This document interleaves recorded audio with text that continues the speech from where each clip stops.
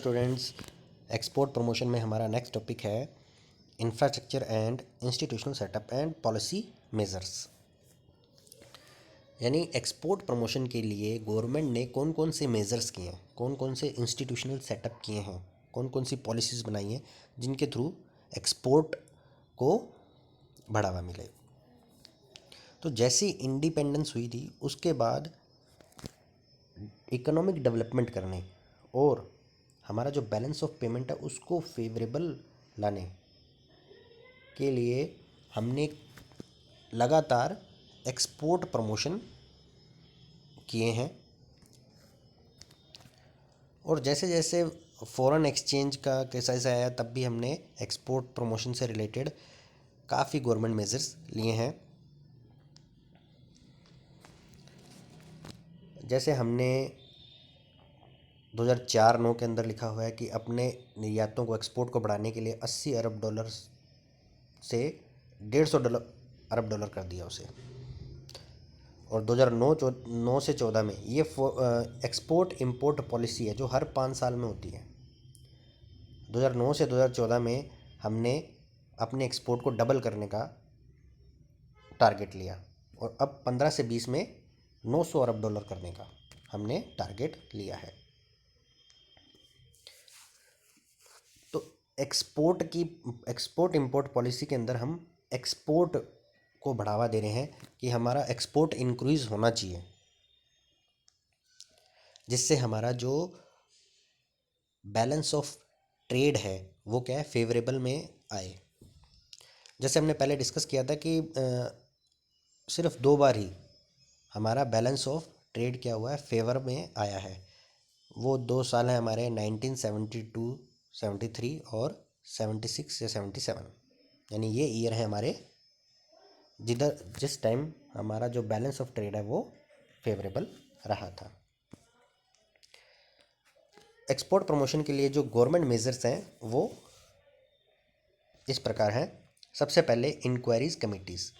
अब गवर्नमेंट क्या है, एक्सपोर्ट प्रमोशन के लिए जो जो फॉरेन ट्रेड के अंदर प्रॉब्लम्स आ रही हैं और बैलेंस ऑफ पेमेंट के अंदर जो क्राइसिस है, एक्सपोर्ट इंपोर्ट से रिलेटेड कोई पॉलिसीज़ हैं, एक्सपोर्ट प्रमोशन करना, एक्सपोर्ट को इंक्रीज़ करना और फॉरेन ट्रेड का डेवलपमेंट करना, इससे रिलेटेड जो भी रिकमेंडेशन है वो ये कमेटियाँ देती है। उसके लिए ये कमेटियाँ बनाते हैं। जैसे इसमें सबसे फर्स्ट कमेटी थी हमारी गोरवाला कमेटी 1949। हमेशा जब भी आप कमेटी का नाम लो तो ईयर उसके साथ आपको याद रहना चाहिए। गोरवाला कमेटी 1949 सीधा, ठीक है। और जो इसका चेयरमैन रहता है उसी के नाम से कमेटी का नाम रहता है। तो डॉक्टर गोरवाला इसके चेयरमैन थे। तो इस कमेटी ने क्या क्या रिकमेंडेशन दी थी, एक्सपोर्ट को इंक्रीज़ करना और एक्सपोर्ट इंक्रीज़ करने के लिए स्पेशल ऑर्गेनाइजेशन अलग से बनाना, इंपोर्ट सब्स्टिट्यूशन करना, ये इसकी रिकमेंडेशन थी। फिर डिसूजा कमेटी आई 1957 में। BL डिसूजा इसके चेयरमैन थे। इन्होंने टैक्स में रिबेट, रेलवे फ्रेट में रिबेट और ट्रांसपोर्ट फैसिलिटीज़ का एक्सपेंशन करना, एक्सपोर्ट जब हम करते हैं उसके अंदर जो रिस्क रहता है उसको कम करने के लिए या उससे सेफ्टी लेने के लिए एक नया निगम कोई बनाना, कॉरपोरेशन बनाना। यानी मैं यहाँ से एक्सपोर्ट कर रहा हूँ लेकिन माल किसके थ्रू जाएगा, जहाज के थ्रू जाएगा, तो बीच में कुछ भी हो सकता है। तो उससे रिलेटेड एक निगम बनाना जो ये सेफ्टी दे हमारे को, कि आपको इंश्योरेंस करके देगी या कुछ बाकी आगे जो आपकी पार्टी है उससे कांटेक्ट करके रखेगी। तो ये सारे मेजर्स करने के लिए एक कॉरपोरेशन बनाना, एडवर्टाइजमेंट से रिलेटेड और ट्रेड एग्रीमेंट करना, ये सारे इस कमेटी ने सुझाव दिए थे।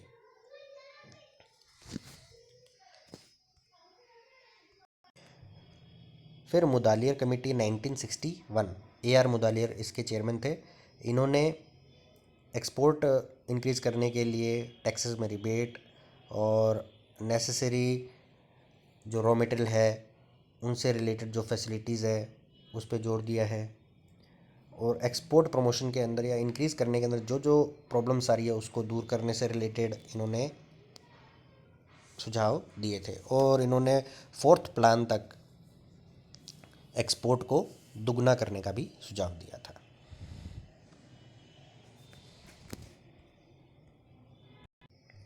फिर हमारी Alexander panel 1977, doctor PC Alexander इसके चेयरमैन थे। इस कमेटी ने जो स्मॉल इंडस्ट्रीज़ है उनको प्रोटेक्शन देने के लिए कुछ इंपोर्ट पर रिस्ट्रिक्शन लगा दी। यानी जो स्मॉल इंडस्ट्रीज़ है उनको प्रोटेक्शन देना है, तो इन्होंने जो इंपोर्ट था कुछ प्रोडक्ट्स का उसके अंदर रिस्ट्रिक्शन लगा दी। क्यों लगा दी? अगर मान के चलो कोई छोटी इंडस्ट्रीज़ है, वो पेन बनाने का काम कर रही है और इतने में कोई बाहर से कोई कंपनी अपनी आती है, फॉरेन कंपनी है, उसका हम इंपोर्ट करने लग जाते हैं। उसके पेन थोड़े अच्छे हैं, उसके बराबर ही है, तो उसका हम इंपोर्ट करने लग जाते हैं, तो क्या होगा? वो स्मॉल इंडस्ट्रीज़ धीरे धीरे बंद भी हो सकती है। तो इस कारण से इन्होंने ये किया है कि कुछ जो प्रोडक्ट हैं उनके इंपोर्ट पर रिस्ट्रिक्शन लगा दी, ताकि जो स्मॉल इंडस्ट्रीज़ है वो धीरे धीरे आगे बढ़े। एक्सपोर्ट ओरिएंटेड जो हमारी इंडस्ट्रीज़ है उनके लिए रॉ मटेरियल और मशीनरी है और जो भी स्पेयर पार्ट्स है उनके इंपोर्ट की फैसिलिटी दी। एक्सपोर्ट इंपोर्ट की जो भी प्रोसेस है उसको इजी किया और एक्सपोर्ट प्रमोशन की जो फैसिलिटीज़ हैं उनमें एक्सपेंशन करने की इन्होंने रिकमेंडेशन दी है।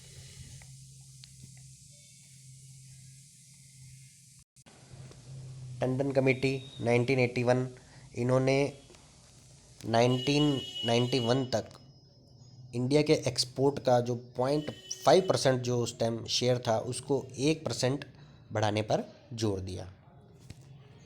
तो ये सारी हमारी कमेटियां हैं जो एक्सपोर्ट प्रमोशन से रिलेटेड बनाई गई थी, जिन्होंने अलग अलग अपनी रिकमेंडेशन दी है। फर्स्ट इसमें अपने एक बार वापस रिपीट कर लेते हैं। गोरवाला 1949, फिर डिसूजा 1957, मुदालियर 1961, अलेक्जेंडर 1977 और टंडन कमेटी हमारी 1981। ये हमारी इंक्वायरी कमीशन है जो एक्सपोर्ट प्रमोशन से रिलेटेड थे, जो गवर्नमेंट ने बनाए थे। फिर सेकंड हमारा पॉइंट है स्पेशलाइज्ड ऑर्गेनाइजेशन बनाना। एक्सपोर्ट प्रमोशन के लिए ऑर्गेनाइजेशन कौन कौन से बनाए हैं? इसमें है डायरेक्टरेट ऑफ एक्सपोर्ट प्रमोशन। ये 1957 में बनाया गया था, 1957 में। क्यों बनाया गया था? एक्सपोर्टर हैं उनको रेलिवेंट इंफॉर्मेशन देना, डायरेक्शन देना और असिस्टेंस देना। असिस्टेंस देने के लिए ये डायरेक्टरेट ऑफ एक्सपोर्ट प्रमोशन बनाया गया था। और जो ट्रेड मंडल है उसके जो भी रिकमेंडेशन थे या सजेशन उसने जो दिए हैं उसको कार्यान्वित करना। इसके 4 क्षेत्रीय कार्यालय हैं और 3 पोर्ट कार्यालय हैं। एक्सपोर्ट प्रमोशन एडवाइजरी बनाया, एडवाइजरी बोर्ड का गठन किया है। उसके बाद एक्सपोर्ट प्रमोशन में ये क्या करती है, जो एक्सपोर्ट की जो पॉलिसी बनाई है उसका मूल्यांकन करती है और उसको चेक करने के बाद देखती है कि इसके अंदर क्या क्या नई चीज़ हम बना सकते हैं, क्या क्या नए सुझाव हम दे सकते हैं और क्या इम्प्रूवमेंट दिया जा सकता है। तो वो इम्प्रूवमेंट जो भी है वो फिर वो गवर्नमेंट को आगे देती है।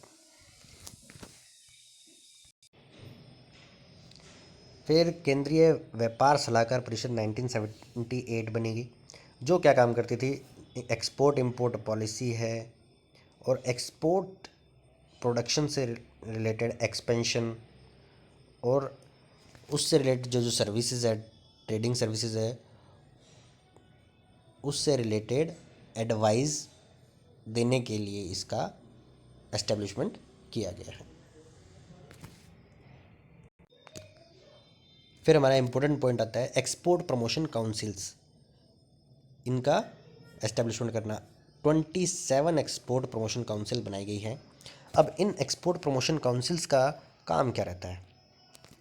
ये फॉरेन मार्केट में देखती है कि किन किन प्रोडक्ट्स का एक्सपोर्ट हो सकता है। ये काउंसिल ये चेक करती है, अलग अलग प्रोडक्ट की अलग अलग काउंसिल बनी हुई है। तो ये हर मार्केट में देखती है कि एक्सपोर्ट हो सकता है नहीं हो सकता, और कंज्यूमर और जो एक्सपोर्टर है उनके बीच में एक कड़ी का काम करता है। और ये काउंसिल्स मेले और प्रोग्राम अरेंज करती है अलग अलग जगह, अलग अलग कंट्रीज़ में, जिसके थ्रू क्या है कि हमारे प्रोडक्ट का प्रमोशन हो सके। फिर 9 कमोडिटी बोर्ड बनाए गए हैं। स्पेशल जो कमोडिटीज़ हैं उनके प्रोडक्शन, डेवलपमेंट और एक्सपोर्ट प्रमोशन के लिए 9 बोर्ड बनाए गए हैं। तो ये 9 बोर्ड नीचे है, जैसे चाय, कॉफ़ी, रबर, तंबाकू, हथकरघा, रेशम, दस्तकारी, इलायची और नारियल। इनसे रिलेटेड 9 कमोडिटी बोर्ड हमारे बने गए हैं।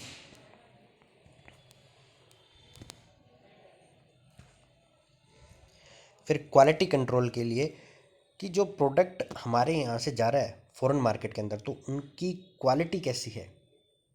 क्वालिटी अच्छी होगी तभी फॉरेन मार्केट में वो बिकेंगे।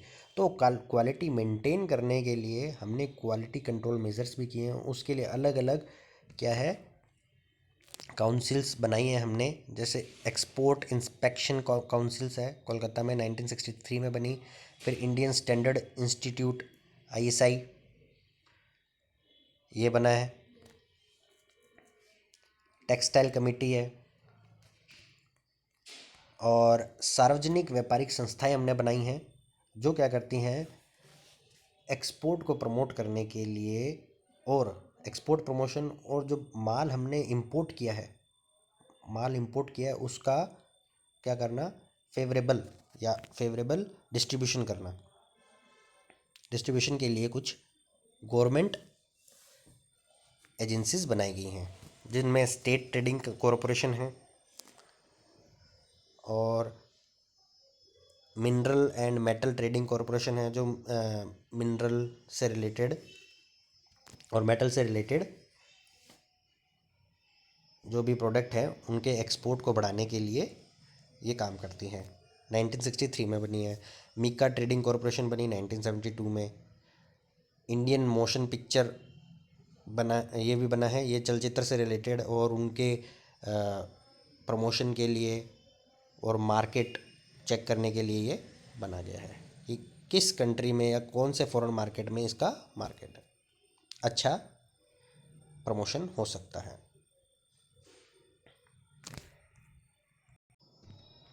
फिर हमारा नेक्स्ट पॉइंट आता है expansion of export finance facilities, यानी जो हमारे इंडिया के एक्सपोर्टर हैं उनको फाइनेंस की फैसिलिटी का एक्सपेंशन करना। अब ये नेशनलाइज बैंकों के थ्रू होता है, पर लेकिन नेशनलाइज जो बैंक हैं वो शॉर्ट टर्म से रिलेटेड ही लोन देते हैं। शॉर्ट टर्म लोन हम नेशनलाइज बैंकों से मिल जाते हैं एक्सपोर्ट इंपोर्ट के लिए, लेकिन मीडियम और लॉन्ग टर्म फाइनेंस है, काफ़ी टाइम पीरियड के लिए जो हम फाइनेंस कर रहे हैं, तो उनके लिए नीचे जो दी हुई हैं वो संस्थाएं बनाई गई है गवर्नमेंट के द्वारा। उसमें पहली है export credit guarantee corporation, ECGC। ये क्या करती है, ये इंडियन एक्सपोर्टर को गारंटी देती है सबसे पहले तो, और किससे रिलेटेड जो उनका माल है उसके लिए, उसमें जो सामुद्रिक जो जोखिम है, यानी कि अगर जो माल समुद्र में मान लो डूब गया या कुछ और है, जल गया, उससे रिलेटेड, और उसमें जो उसको लॉस हो रहा है उसमें ये सेफ्टी प्रदान करती है ECGC। औद्योगिक विकास बैंक है। अब अब इसका काम एग्जिम बैंक कर रहा है। Export import bank of India है जो, वो औद्योगिक विकास बैंक का काम कर रहा है। कम ब्याज पर वित्त, अगस्त 1986 में जो प्री शिपमेंट जो लोन था उसे 12 से 9.5% कर दिया गया है। एग्जिम बैंक बनाया 1982 में। 1982 में एग्जिम बैंक हमारा बना है। इसका हेड ऑफिस है वो मुंबई में है, और स्टार्टिंग में इसकी ऑथराइज कैपिटल 200 करोड़ थी। अब ये काम क्या करता है, ये आसान शर्तों पे निर्यातों और जो भी निर्यातक है या आयातक यानी इम्पोर्टर एक्सपोर्टर है उनको लोन देता है।